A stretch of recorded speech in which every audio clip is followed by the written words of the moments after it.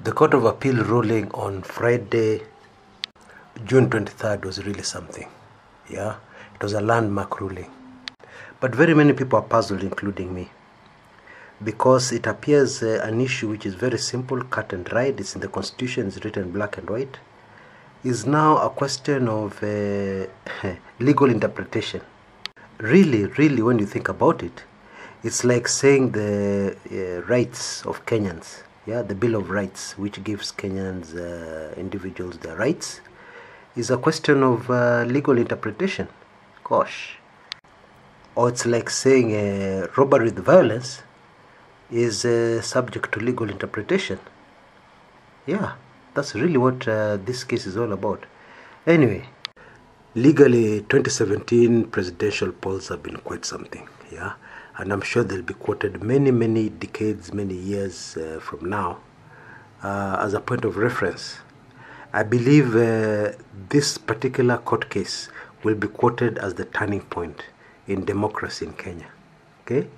Now, just something I want to point out. If you're a Jubilee supporter and you're not very happy about this ruling, I don't know if you have sat down to think what you're actually saying or what you mean by not being happy with this ruling. Because I did not hear the judge saying that in the 2017 presidential polls, I hereby grant NASA a walkover. They're the winners. I didn't hear him saying that. Obviously, that's what would make a Jubilee supporter, crestfallen, feeling bad, That's what would trigger emotions of a Jubilee supporter.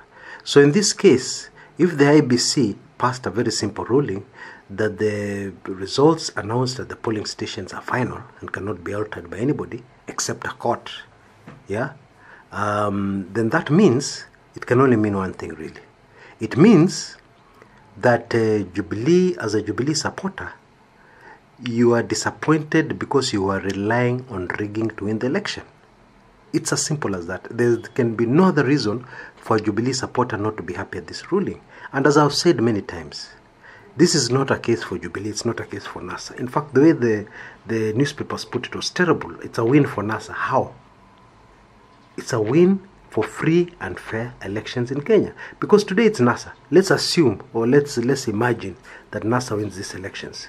Jubilee will be in the opposition next time. So in 2022, this ruling will turn and be a Jubilee ruling in case NASA wins this time round. Let's get serious, guys. This was a win for free and fair elections in Kenya. The fact that NASA are cheering is because the case was presented by NASA people, and NASA have good reason to worry about whether the IEBC can really deliver a free and fair election. It's as simple as that. Now, what is even more interesting, and can ask, people who are not in Club 1999 will be in the dark, because the obvious question to ask is, if this ruling has been passed, how come Jubilee, the Jubilee Party, has announced that they will go to court to urgently appeal the decision? I thought it was IEBC was supposed to do that. Gosh, Kenya, maajabu yaishi. How? I mean, why is Jubilee appealing the ruling? Because this ruling, this matter, is an IEBC matter. So, what Jubilee actually trying to tell us is that Jubilee and IEBC are on the same side. So where does that leave NASA?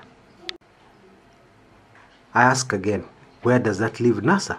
With the referee and one of the contestants on one side, where does that leave the other team? Gosh. Why does this ruling affect Jubilee more than NASA? Yeah? Why is Jubilee not interested in the results being announced at the polling station and them being final? Why are they not interested in that? Why are they so deeply opposed to that? And yet NASA are so strongly, for the fact that we stick to the Constitution and that the results of the polling station are final. Why? It's good sometimes to ask yourself questions. And as I've always told you in this channel, I listen to what politicians say with a pinch of salt. What hits me more is not what a politician says. If a politician releases an earth-shaking statement, that doesn't move me as much as the actions of that particular politician. Because actions speak louder than words. Yeah. People will say one thing and do something else. I'm not interested. Talk is cheap. People can say anything. I'm interested in what they do. And the way Jubilee is acting in this whole case is a huge mystery. Now, go to the next part of this recording, and where I'll talk about, I'll answer the big question. Is this election now rig-proof? Yeah? Can it not be rigged at all? Has it completely changed to a situation where there's no way anybody can rig the election even if they wanted to?